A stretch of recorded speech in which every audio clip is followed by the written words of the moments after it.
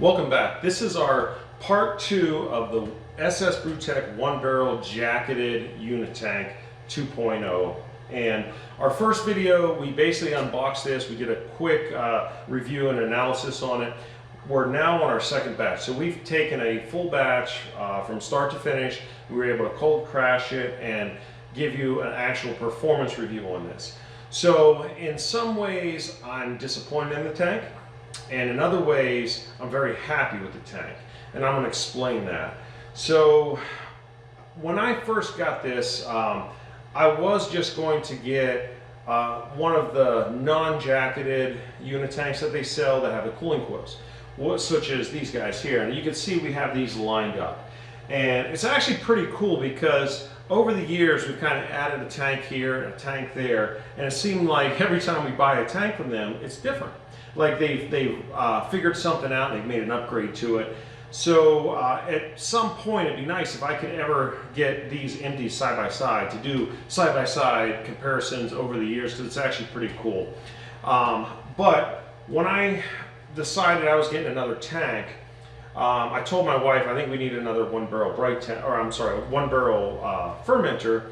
She looked online and said, well, they're actually running a sale right now on the jacketed Unitanks, and would you prefer that? And I was like, yeah, absolutely, a jacketed tank would be awesome.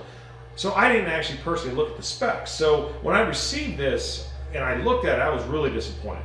So when you think of a jacketed tank, you typically think of a double-walled, insulated, fully jacketed tank, such as this bright tank. So this is SSbrewtech's 1-barrel fully jacketed bright tank. This thing is amazing. This is probably one of the best purchases I've made. We have no problems getting this thing to 32 degrees. We actually have our controller up here. We're sitting at 32.9 right now, and that's just because there's a 1 degree temperature differential, but we get this down to 32, no problem. Carbonates everything perfectly. So this is different. So if we looked at this as a jacketed tank, compared it to a actual jacketed tank, I'm very disappointed with the performance. We were only able to get this down to 37 degrees, which is about 2 degrees colder than we can get the tanks with the cooling coils on. And that was running the glycol continuously in here, and we just could not get it down below that. So using it as a fermenter, that's not a problem at all, and that's actually why I love these. The bang for the buck, the money for these tanks versus fully jacketed tanks is amazing. So it's pretty much double the cost to get a jacketed tank typically. So with that being said, you can't really compare this to a actual fully jacketed tank, but if you compare this to their previous models of cooling coil, if you look at this tank as a non-jacketed tank and compare it to the cooling coils tank as an upgrade to the cooling coils, it's phenomenal. So here's a big thing. So with the cooling coils, basically it's just a big long coil that drops down inside of the tank here, and it's dead center, and we hook up the glycol lines to this. We use some quick connects, which I'm not extremely happy with here, but you know, I'd like to find a better quick connect system, but that's another video. So with these, the issue is cleaning them. It's kind of a pain in the butt. Like, you got to remove the coil. It's usually kind of packed in with you know, trub and things like that. So you kind of hose it off and kind of manually kind of scrub it down a little bit, pop it back in. Now for the CIP cycle, we have to use this back port. So the CIP spray is in the center of the tank. It doesn't clean real well. So there are some issues with that. And with this tank, having that little belt on the side, removing that coil, now that is a big deal for cleaning wise. So you could just drop your CIP dead center and it cleans the tank so much better. And you don't have that hassle of kind of pulling that big coil out and trying to clean it and deal with that and everything. So in that aspect, this is hands down an amazing upgrade, probably the best upgrade that they've ever done to this Unitank series. Again, understanding that you can't really get the temperature down to a sweet spot of 35 degrees for carbonation. I like 32. 32 is solid when you're carbonating. I feel like that is where I want to be, but 35 is adequate.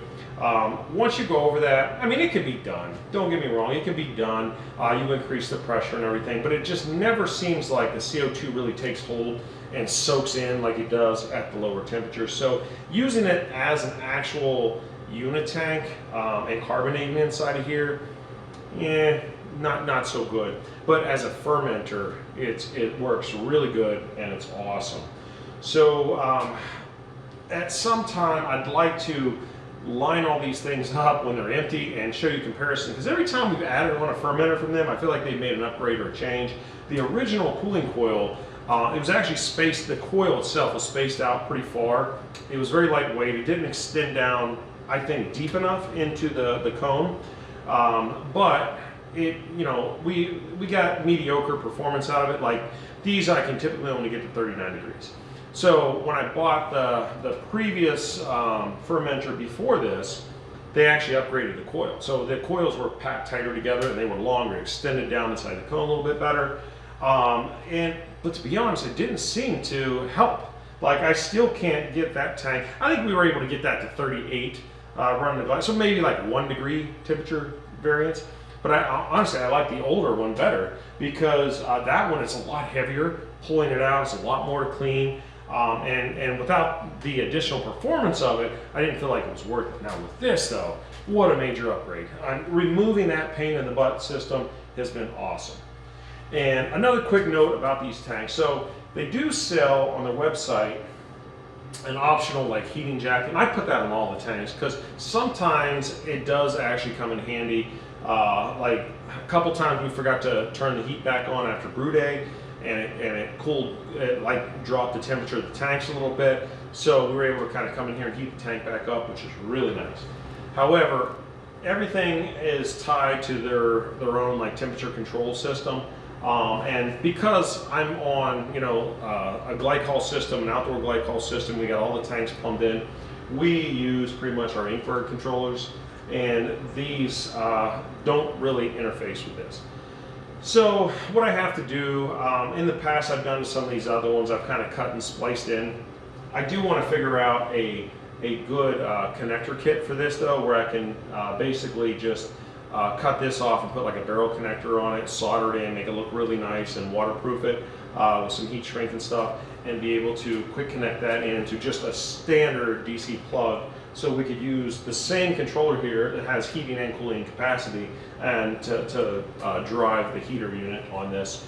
So that's just one factor. I mean, if you're using their temperature control system, great, and that's fine. Like if you have a home brew setup and you're running a small glycol chiller, or you just want to run just the heat function of it, their temperature controller, you know, works great for that. But integrating it into a, you know, like a larger system here, and we're using this as a pilot brew system for our brewery. So this doesn't really work too well for us. So I'll do another video when I figure out the mod that I want to do on this and figure out the correct connectors on Mouser or something, and we'll do another whole video on that. But I'm going to wrap this up, and overall, last final words on this. Big conclusion is it is a great tank if you look at it as a non-jacketed fermenter. If you look at it as a jacketed Unitank and you think you're going to get that performance out of a jacketed tank, it's not going to be the best for you.